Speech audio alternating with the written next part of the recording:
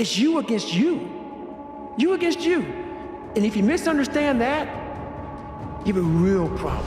David Goggins তিনি এমন একজন ব্যক্তি যার মাইন্ডসেট ছিল পৃথিবীর অন্যতম সেরা কিছু মাইন্ডসেটওয়ালা মানুষগুলোর মধ্যে একটি। কিন্তু ঠিক কি এমন জাদুমন্ত্র জানতেন তিনি? না, গগিন্স কোনো জাদুমন্ত্র জানতেন না। তবে তিনি সবসময় একটা কথা বলতেন, মোটিভেশন আসবে যাবে কিন্তু ডিসিপ্লিন তোমাকে টিকিয়ে রাখবে।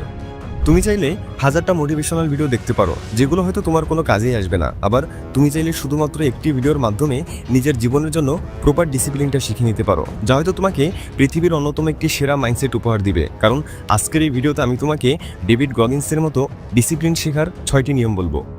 গগিন্সের হার্টে একটি ছিদ্র ছিল, যার ফলে একজন সুস্থ স্বাভাবিক মানুষ যতটুকু অক্সিজেন পেত গগিন্স পেত তার অর্ধেকটা। গগিন্স এমন একজন মানুষ যার জীবনের গল্প তোমার গায়ের লোম দাঁড় করিয়ে দিতে সক্ষম।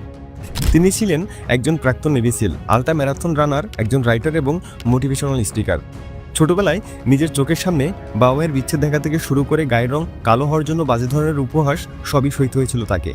আর এইসব কিছু সহ্য করার ফলাফল হিসেবে তিনি পুরো বিশ্বের কাছে নিজের সক্ষমতা জানান দিতে পেরেছেন। তিনি বুঝতে পেরেছিলেন একজন মানুষের ক্ষমতা কতটুকু সেটা তার শরীর না বরং মস্তিষ্ক নির্ধারণ করে। তাই তো তিনি নিজের জীবনের প্রতিটি ক্ষেত্রে এনেছেন তুমুল পরিবর্তন।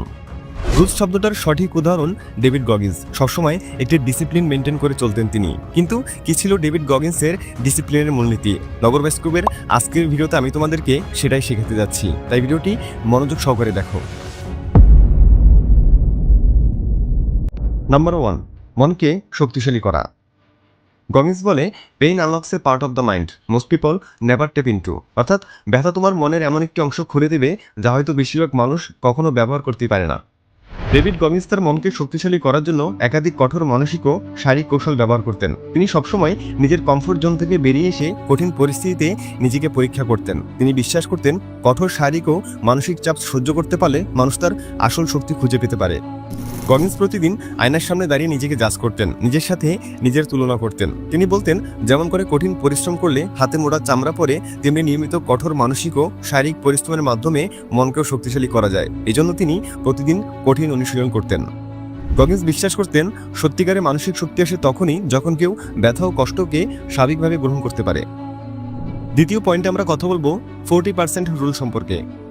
জীবনের সব দুঃসাহসিক ও রেকর্ড ব্রেক করা চ্যালেঞ্জগুলো কমপ্লিট করতে গগিন্সকে অনেক কঠিন পরিস্থিতির মোকাবেলা করতে হয়েছে। এমনও হয়েছে যে দৌড়াতে দৌড়াতে তার পা অবশ্যই এসেছে, পায়ের নখগুলো নড়তে শুরু হয়েছে অসম্ভব ব্যথা, কিন্তু তবুও গগিন্স দৌড়িয়েছে। তিনি এমন একজন মানুষ যার জীবন ছিল নিজের বিরুদ্ধে নিজের এক অবিরাম যুদ্ধ। তিনি এমন একজন মানুষ যে জানতো কষ্ট কি, ব্যথা কি, কিন্তু কখনোই হাল ছাড়েনি। গগিন্স বিশ্বাস করে মানুষ যখন ভাবে যে সে তার সহ্য ক্ষমতার সীমানায় পৌঁছে গেছে, আসলে সে তার সহ্য ক্ষমতার মাত্র 40% ব্যবহার করেছে। বাকি 60% সামর্থ্য তখন অবশিষ্ট থাকে, যা কঠোর ডিসিপ্লিন ও মানসিক শক্তির জোরেই অর্জন করা সম্ভব। বেশিরভাগ মানুষ তাদের সামর্থ্যকে পুরোপুরি ব্যবহার করতে পারে না, তারা শুধুমাত্র তাদের সামর্থ্যের 40% ব্যবহার করে। এর কারণ হলো তাদের সহ্য ক্ষমতা কম, তাদের মন আরাম চায়, কঠিন কাজ এড়িয়ে চলতে চায়। এই কারণে তারা ভাবে তাদের ক্ষমতা ওখানেই শেষ। কিন্তু বাস্তবে আমাদের শরীর এবং মন অনেক বেশি সহ্য করতে পারে। যখন আমরা কষ্ট বা ক্লান্তি অনুভব করি তখন সাধারণত মস্তিষ্ক আমাদের রক্ষা করার জন্য সিগন্যাল পাঠায় যাতে আমরা থেমে যাই, কারণ আমাদের মস্তিষ্ক ঠিক আমাদের মতোই অলস। এবার আসা যাক তুমি কিভাবে এই নীতি কাজে লাগাতে পারো। যখন মনে হবে তুমি আর কিছুই পারছো না, তখন মনে করবে যে তুমি শুধুমাত্র 40% পর্যন্ত গিয়েছো, তোমাকে শুধু আরেকটু বেশি চেষ্টা করতে হবে। প্রতিদিন একটু একটু করে চেষ্টা বাড়াতে থাকলে একদিন দেখবে তুমি সীমা ছাড়িয়ে গেছো এবং তোমার সহ্য ক্ষমতা আগের চেয়ে অনেক বেশি বৃদ্ধি পেয়েছে। Rules number 3, stay hard. ব্যথা তোমার শত্রু নয়, বরং এটাই তোমাকে শক্তিশালী করবে যদি তুমি এটিকে সহ্য করার ক্ষমতা রাখো। যদি তোমার পা ব্যথা করে তাহলে তুমি উঠে দৌড়তে শুরু করো, যদি ক্লান্ত বোধ হয় তাহলে আরও 1 ঘন্টা বেশি কাজ করে নাও। গগিন্স ঠিক করেছিলেন তিনি নেভি সিল হবেন, কিন্তু তার ওজন ছিল 300 পাউন্ডের বেশি। নেভি সিলে যোগ দিতে হলে মাত্র 3 মাসের মধ্যে প্রায় 100 পাউন্ড ওজন কমাতে হবে। কেউ ভাবতেও পারেনি এমনটা সম্ভব, কিন্তু গগিন্সের ডিকশনারিতে অসম্ভব বলতে কিছু নেই। লাইফে যদি বড় কিছু করতে চাও তাহলে তোমাকে কেয়ারলেস হতে হবে, এটাই ছিল ডেভিড গগিন্সের বিশ্বাস।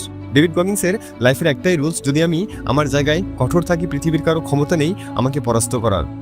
ডেভিড গগিন্স হলেন এমন একজন ব্যক্তি যিনি মার্কিন সামরিক বাহিনীর 3টি এলিট প্রশিক্ষণ সফলভাবে সম্পন্ন করেছেন। মাত্র 24 ঘন্টায় সবচেয়ে বেশি পুশ আপ করার ওয়ার্ল্ড রেকর্ড তার দখলে। 2013 সালে ডেভিড গগিন্স মাত্র 17 ঘন্টা 45 মিনিটে 4030টি পুল আপ সম্পন্ন করেন। এর মাধ্যমে তিনি গিনেস বুক অফ ওয়ার্ল্ড রেকর্ডের নাম লেখান।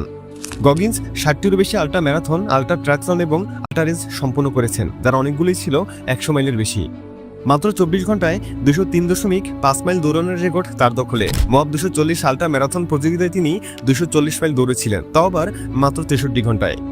তার আত্মজীবনী কান্ট হার্ট মি বইটি বিশ্বব্যাপী বেস্ট সেলার হয়েছে। বইটিতে তিনি তার জীবন সংগ্রাম ও মানসিক শক্তির ব্যাপারে জানিয়েছেন। তার লেখা বই নেভার ফিনিশ টু ঠিক এমন একটা বই, যে বইগুলো পড়লে হয়তো তুমি এমন কিছু শিখতে পারবে যা তোমার জীবনের প্রতিটি ক্ষেত্রে কাজে আসবে। গগিন্সের মতে স্টার্ট মানে হলো মানসিক ও শারীরিকভাবে এতটাই শক্তিশালী হওয়া যে কোনো বাধাই তোমাকে ভাঙতে না পারে। আমাদের মস্তিষ্ক সবসময় সহজ পথ খোঁজে। গগিন্স বলেন, নিজেকে কঠিন পরিস্থিতির মধ্যে ফেলতে হবে, নইলে কখনোই শক্তিশালী হওয়া যাবে না। প্রতিদিন এমন কিছু করো যা তোমাকে অস্বস্তিতে ফেলে, যেমন ধরো ঠান্ডা পানি দিয়ে গোসল করা, কঠিন ব্যায়াম করা, সকালে তাড়াতাড়ি ঘুম থেকে ওঠা। গগিন্স বিশ্বাস করে স্টে হার্ট থাকার জন্য ব্যথা ও কষ্টকে সঙ্গী করতে হবে, আর আমি পারবো না এই চিন্তাকে ধ্বংস করতে হবে। ব্যাস, তোমার স্টে হার্ট থাকার জন্য এটুকুই যথেষ্ট। রুলস নাম্বার 4, সকাল সকাল ঘুম থেকে ওঠা। গগিন্স সকালে তাড়াতাড়ি ঘুম থেকে ওঠাকে শুধু একটা অভ্যাস হিসেবে দেখেন না, তিনি এটাকে মানসিক শক্তি ও ডিসিপ্লিনের প্রতীক মনে করেন। তিনি বলেন, সকালে যখন সবাই আরামদায়ক বিছানায় ঘুমাচ্ছে, তুমি তখন কাজ করছো, এটাই তোমাকে অন্যদের থেকে আলাদা করবে। গগিন্সের মতে বিছানায় বেশিক্ষণ থাকা মানে নিজের সাথে প্রতারণা করা। যখন সকালে অ্যালার্ম বাজে তখন দুটি অপশন থাকে: 1, বিছানায় থেকে আরাম নেওয়া; 2, তাৎক্ষণিক লাফ দিয়ে ওঠা এবং কাজে লেগে পড়া। প্রতিবার যখন তুমি ঘুম থেকে ওঠার যুদ্ধে জিতে ফেলো, তখন তোমার দিন শুরু হয় এক ধরনের মানসিক বিজয় দিয়ে। যখন তুমি ঘুম থেকে ওঠো, অন্যরা হয়তো তখনও স্বপ্ন দেখছে। গগিন্স বলেন, আমি যখন 4টায় দৌড়তে বের হই, তখন আমার প্রতিদ্বন্দ্বীরা ঘুমাচ্ছে, আর ওই সময়টুকুতেই আমি তাদের থেকে এগিয়ে যাচ্ছি। তুমি যদি সবাইকে হারাতে চাও, তাহলে তোমাকে এমন কিছু করতে হবে যা অন্যরা করতে চায় না। আর অন্যদিকে তুমি সকালে ঘুম ভাঙার পরেও অলসের মতো বিছানায় পড়ে থাকো। তোমার ঠিকই জানা আছে যে কখন তোমাকে কোন কাজটা করতে হবে, কিন্তু সবকিছু জেনেও তুমি রাজার হালে শুয়ে বসে দিন কাটাচ্ছ। কিন্তু যারা জীবনে সত্যিকারের সফল হয়, তাদের মধ্যে অলসতা বলতে কিছু নেই। পরে করবো বলে কথাটা তারা মুখে আনে না। যে কোনো পরিস্থিতিতেই তারা সবকিছু সহ্য করতে জানে, হজম করতে জানে। পরিশ্রম করতে করতে তারা মানিয়ে নিতে শিখে গেছে। আর এই সমস্ত কিছুর মূলে রয়েছে নিত্যদিনের সামান্য অতিরিক্ত চেষ্টা। যদি রোজ একটু একটু করে চেষ্টা করতে থাকো, তাহলে হঠাৎ একদিন এমন কিছু ঘটিয়ে ফেলতে পারবে যা কোনোদিন তুমি কল্পনাও করতে পারোনি। তাই আগামী 30 দিন অ্যালার্ম বাজা মাত্রই উঠে পড়ো, কোনো অজুহাত নয়। সকালে উঠে ওয়ার্কআউট করো, দৌড়াও, মেডিটেশন করো বা প্রোডাক্টিভ কিছু করো। সকালে দেরি করে ওঠা মানে নিজের সাথে প্রতারণা করা। যদি তুমি সত্যিই সেরা হতে চাও, তাহলে দেরিতে ওঠার অভ্যাস বাদ দিতেই হবে। রুলস নাম্বার 5, আরাম থেকে দূরে থাকা। তুমি কি আসলেই বড় কিছু করতে চাও, নাকি শুধু স্বপ্নে দেখে যাবে? তুমি কি সত্যি বদলাতে চাও, নাকি শুধু সবাইকে শোনানোর জন্য বলছো? ডেভিড গগিন্স বিশ্বাস করেন আরাম আমাদের সবচেয়ে বড় শত্রু। তাই তিনি প্রতিদিন ইচ্ছাকৃতভাবে কঠিন কিছু করতেন। এই ধরো, সকালে ঠান্ডা পানিতে গোসল করা থেকে শুরু করে বা অবশ না হওয়া পর্যন্ত দৌড়ানো ইত্যাদি। যখন মনে হবে দৌড়ানো বন্ধ করা দরকার, তখন আরও 10 মাইল দৌড়াও। তার লক্ষ্য ছিল কীভাবে সাধারণের মধ্যে থেকে অসাধারণ হওয়া যায়। অসুবিধাগুলোকে অজুহাত না বানিয়ে সেগুলোকে মোকাবেলা করার ক্ষমতা রাখো। তুমি কি গগিন্সের মতো ডিসিপ্লিন গড়ে তুলতে চাও? যদি উত্তর ইয়েস হয়ে থাকে, তাহলে কমেন্টে অবশ্যই জানিয়ে যেও। আবার দেখা হবে নতুন কোনো ভিডিওতে। ততক্ষণ পর্যন্ত সাবস্ক্রাইব করে নগর বাস্কপের সাথেই থাকো।